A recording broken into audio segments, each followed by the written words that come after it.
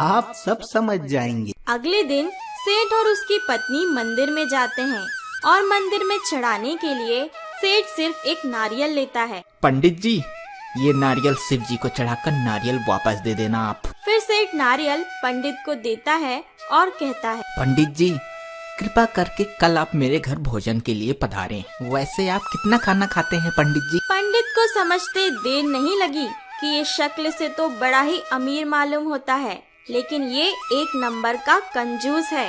बस थोड़े से चावल और 2 रोटी, 1 गिलास दूध और बस थोड़े से फल। ये सुनकर सेठ बहुत खुश हुआ कि चलो ज्यादा खर्चा नहीं आएगा। फिर अगले दिन पंडित जी उनके घर पधारे। प्रणाम पंडित जी।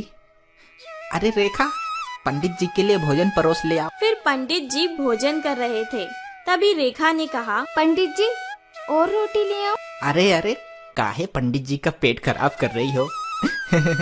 उन्होंने कल ही कहा था कि 2 रोटी खाएंगे। फिर पंडित जी दूध और फल खाकर वहाँ से चले जाते हैं।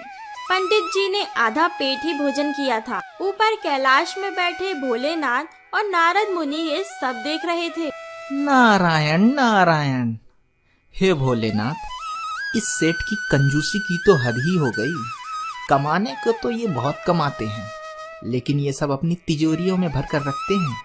किसी को भरपेट भोजन खिलाने की भी हिम्मत नहीं है इनमें।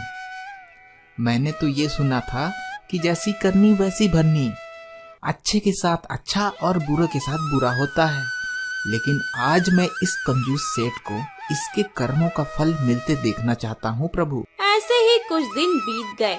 फिर एक दिन जैसे ही सेठ अपनी दुकान के लिए निकले तो साधु के भेष में डाकू जग्गी आया और सेठ के घर के दरवाजे के सामने आकर बोला, जो दे उसका भला हो और जो ना दे उसका भी भला हो। तभी रेखा बाहर आकर बोली, साधु महाराज जी, मैं कई सालों से माँ नहीं बन पाई। मैं बहुत दुखी हूँ। हमने सभी उपाय कर लिए, लेकिन कोई लाभ नहीं हुआ। कृपया आप ही